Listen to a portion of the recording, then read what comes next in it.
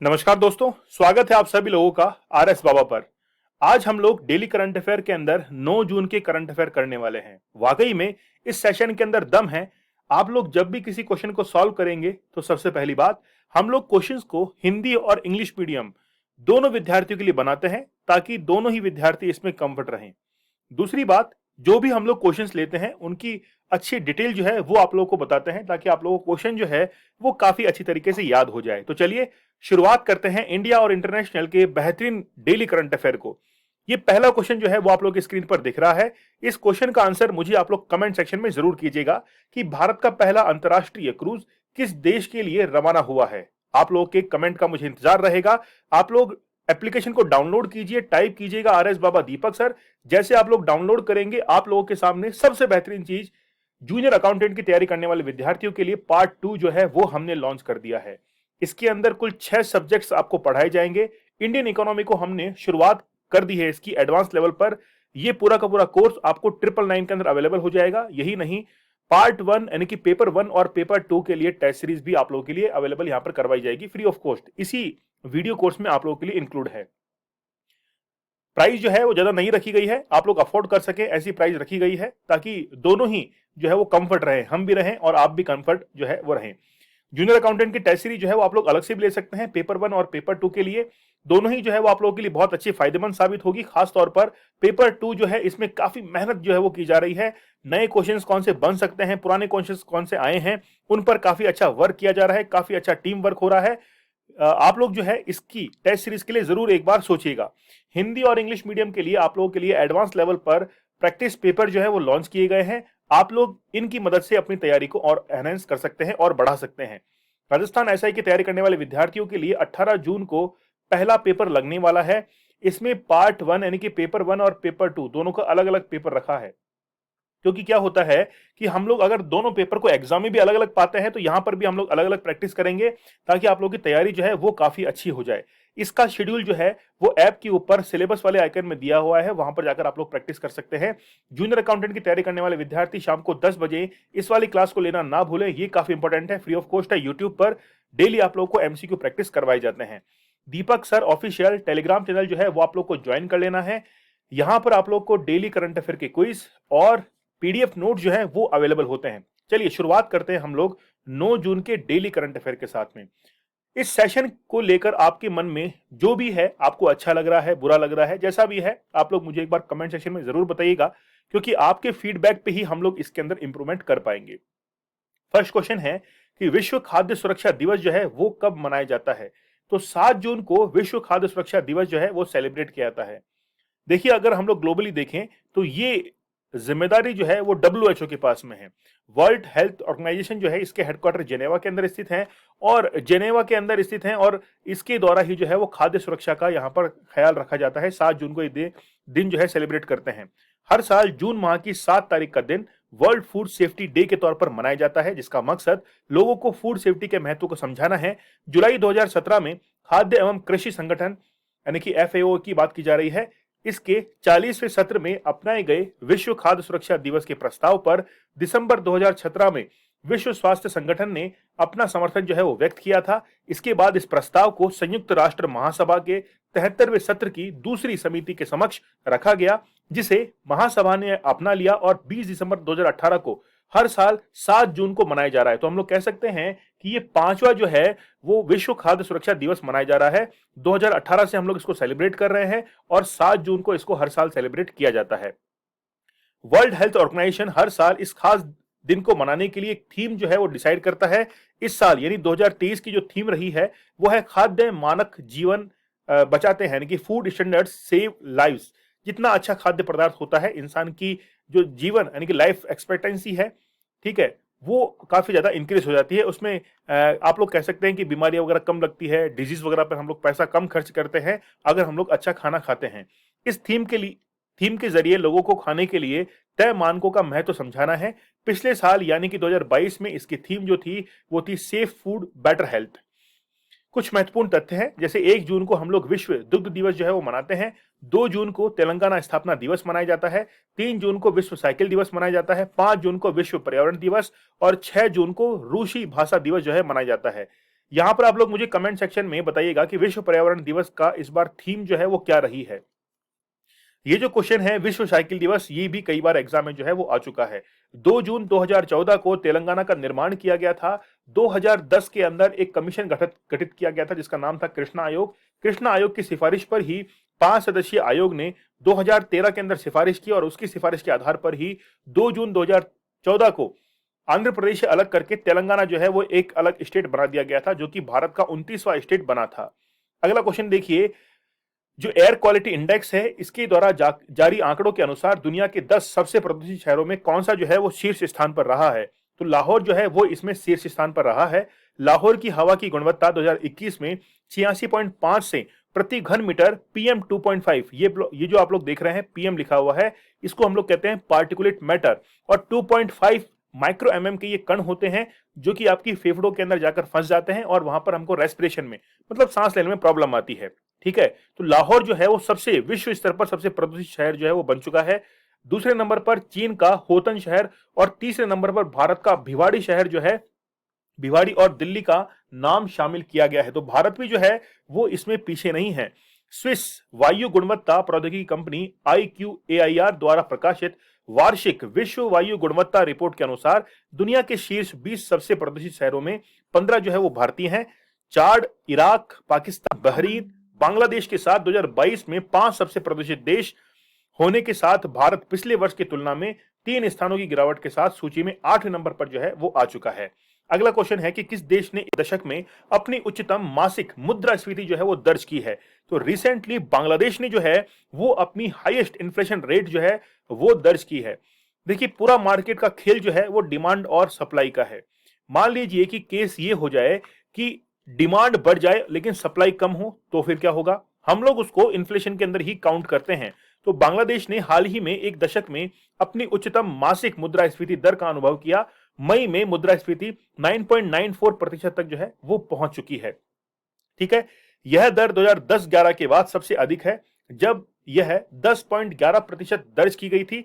Data Bangladesh सांख्यिकी bureau द्वारा जारी किया गया था। मुद्रास्फीति में वृद्धि मुख्य रूप से इस अवधि के दौरान खाद्य और गैर खाद्य दोनों कीमतों में वृद्धि के लिए जिम्मेदार है। तो इन्फ्लेशन में बेसिकली क्या होता है कि लोगों के पास में पैसे की कमी होती है। मतलब ये आप लोग मान सकते हैं कि डिमांड जो है, डिमांड और सप्लाई का खेल है। डिमांड अगर बढ़ जाती है, लोगों के पास में ज्यादा है, सप्लाई उस अनुरूप नहीं हो पाती है, तो महंगाई जो है वो बढ़ जाती है। जैसे मान लीजिए कि एक व्यक्ति के पास में, दो व्यक्ति के पास में पैसा खूब है, तो वो क्या करेंगे कि मार्केट के अंदर केवल एक मोबाइल स्थित है। अब अगर सभी के पास में पैसा है तो उसकी ऊंची से ऊंची बोली जो है वो लगाई जाएगी। इसमें क्या होगा कि धीरे धीरे इन्फ्लेशन जो है वो बढ़ता जाएगा।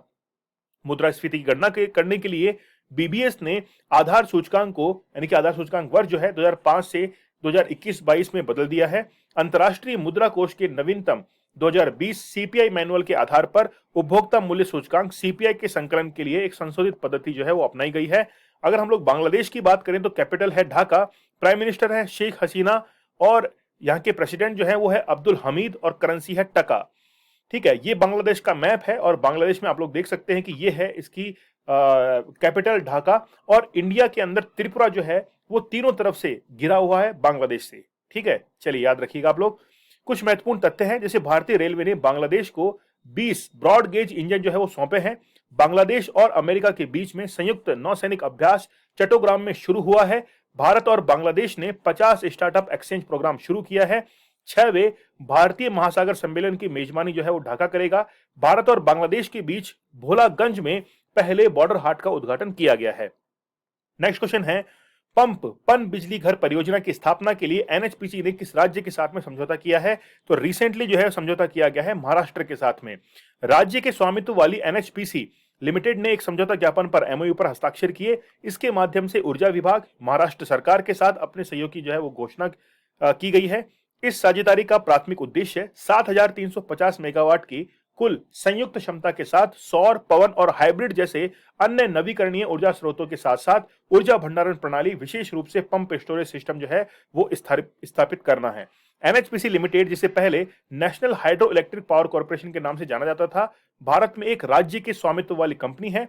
इसे वर्ष 1975 में निगमित जो है वो कर दिया गया था, मतलब कॉर्पोरेट के अंदर इसको काउंट कर दिया गया था।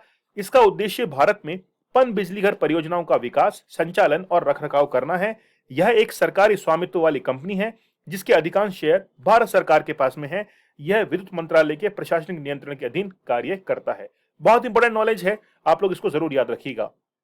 कुछ महत्वपूर्ण तथ्य हैं महाराष्ट्र बॉम्बे के बारे में। तो बॉम्बे हाईकोर्ट के मुख्य न्यायाधीश के रूप में रमेश डी धानुका ने जो है वो रिसेंटली शपथ ली है।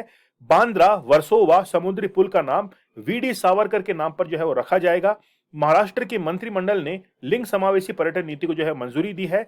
महाराष्ट्र के सरकारी स्कूलों के छात्रों के पास जो है मानकीकृत यूनिफॉर्म जो है वो होगी, ठीक है, यानी कि मार्क वहां पर होता है, बेसिकली स्टैंडर्ड फॉलो किया जाएगा। महाराष्ट्र के मुख्यमंत्री ने शासन लागूदारी पहल जो है वो शुरू की है।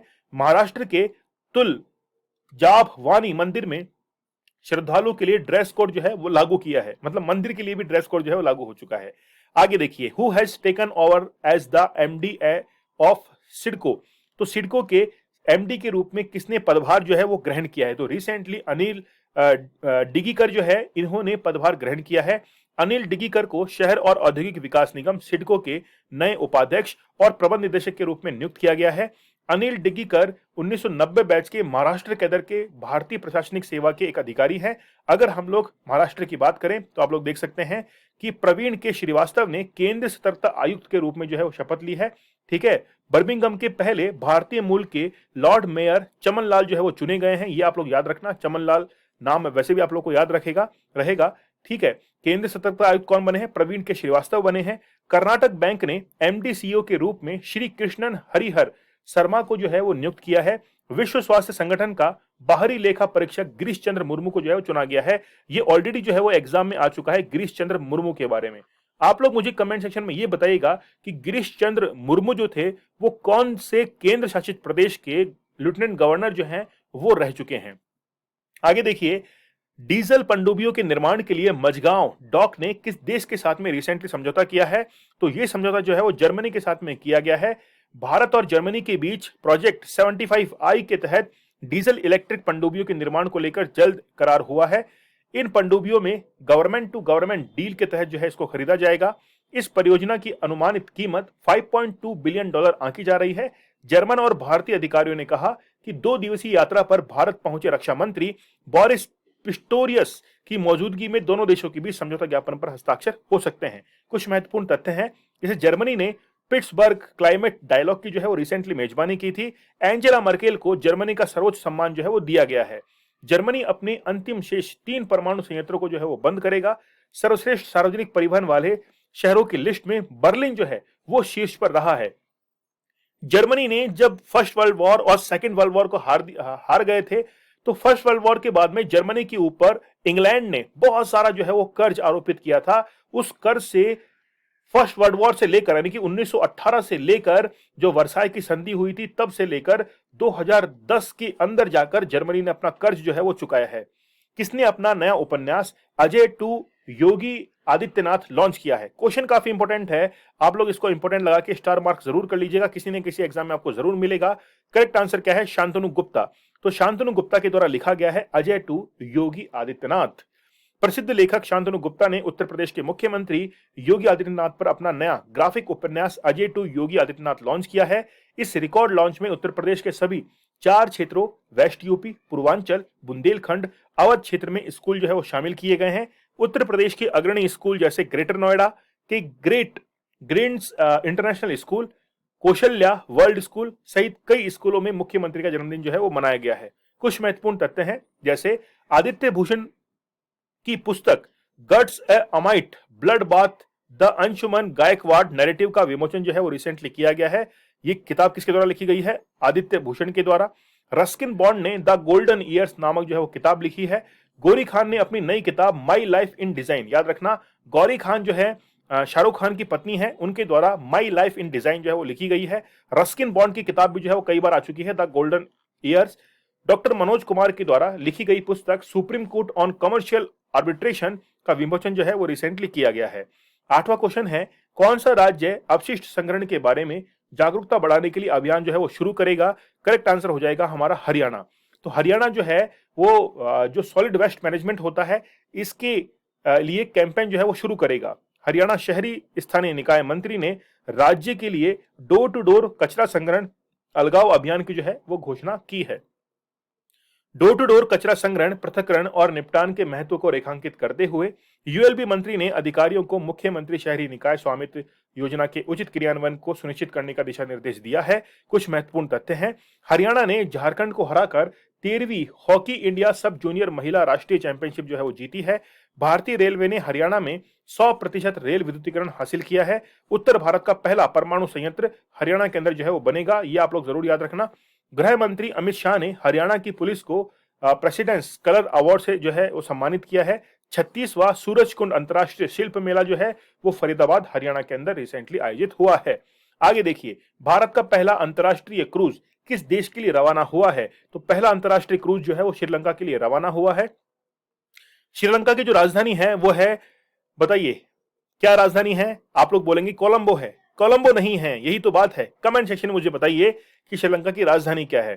केंद्रीय बंदरगाह, नौवहन जलमार्ग मंत्री सर्बानंद सोनोवाल ने 5 जून 2023 को चेन्नई से श्रीलंका के लिए भारत के पहले अंतर्राष्ट्रीय क्रूज पोत एमवी एम्प्रेस को हरी झंडी जो है वो दिखाई है। इस अवसर पर चेन्नई बंदरगाह पर 17.21 करोड़ रुपए की लागत से स्थापित एक अंतर्राष्ट्रीय क्रूज पर्यटन टर्मिनल का जो है उद्घाटन भी किया गया है।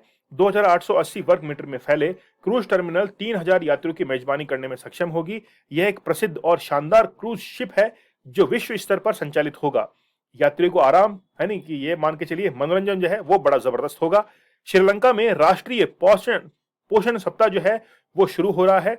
भारत ने श्रीलंका को $1 बिलियन की क्रेडिट लाइन जो है वो प्रदान की थी। श्रीलंका के सुप्रीम कोर्ट ने समलैंगिकता को अपराध की श्रेणी से मुक्त कर दिया है। आप लोग को पता है कि भारत के अंदर भी एक सेक्शन है धारा 377, इसके तहत क्या किया गया था?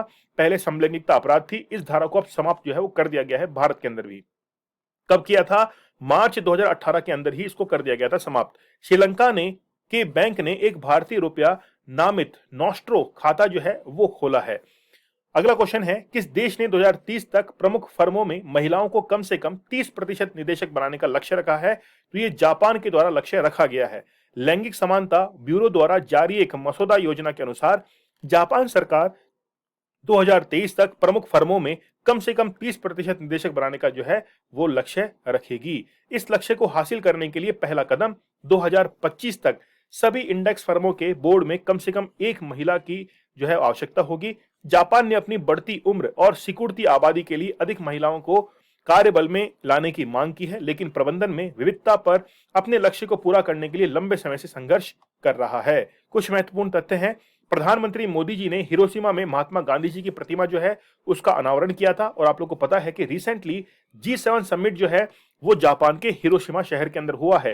हिरोशिमा शहर पर हिरोशिमा और नागासाकी, इन दो शहरों पर 6 अगस्त 1945 और 9 अगस्त 1945 को परमाणु बम जो है वो यूएसए के द्वारा गिराए गए थे।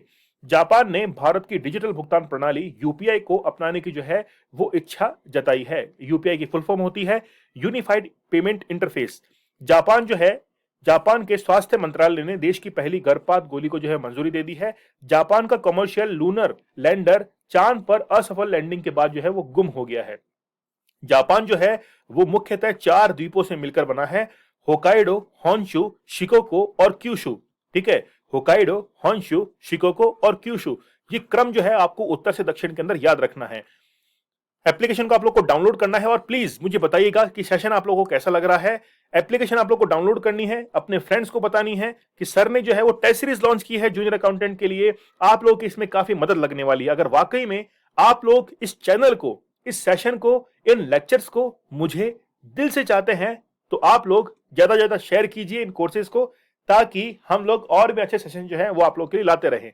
जूनियर अकाउंटेंट पेपर 2 की आप लोग तैयारी करना चाहते हैं और इसके साथ में आप लोग को फ्री दी जाएगी पेपर 1 पेपर 2 की टेस्ट सीरीज। ओनली 999 के अंदर आप लोगों को पूरा का पूरा ये कॉम्बो जो है वो अवेलेबल हो जाएगा। तो 6 सब्जेक्ट हम लोग इसमें करने वाले हैं। आप लोग चाहें तो पेपर 1 और पेपर 2 के लिए अलग से भी टेस्ट सीरीज ज्वाइन कर सकते हैं जूनियर अकाउंटेंट के लिए।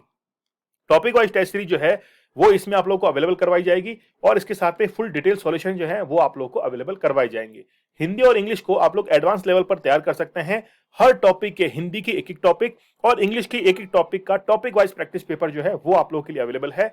एसआई की तैयारी करने वाले विद्यार्थी सुन लीजिए, 18 जून को आपका पहला पेपर जो है लगने वाला है। ऐप के ऊपर सिलेबस वाले आइकन में आप लोगों के लिए शेड्यूल जारी कर दिया गया है। वहां से आप लोग शेड्यूल को डाउनलोड करके अपने टेस्ट को देख सकते हैं कि कब आपका टेस्ट लगेगा। शाम को 10 बजे डेली इस क्लास को लेना है। गजब की क्लास होती है। जो भी विद्यार्थी जूनियर अकाउंटेंट की तैयारी कर रहे हैं उनके लिए क्लास कंपलसरी है, फ्री ऑफ कॉस्ट है। यूट्यूब पर शाम को 10 बजे आप लोगों से मुलाकात होती है। टेलीग्राम चैनल है दीपक सर ऑफिशियल, आप लोग इसको ज्वाइन कर लीजिए। डेली क्विज जो है वो आप लोग को यहां से अटेम्प्ट करने हैं। तो मिलते हैं हम लोग नेक्स्ट सेशन के अंदर। कोई भी गिले हो, कोई भी शिकवा हो, मुझे आप लोग जरूर बताइएगा। मिलते हैं हम लोग नेक्स्ट सेशन में। तब तक के लिए धन्यवाद। Thank you. जय हिंद।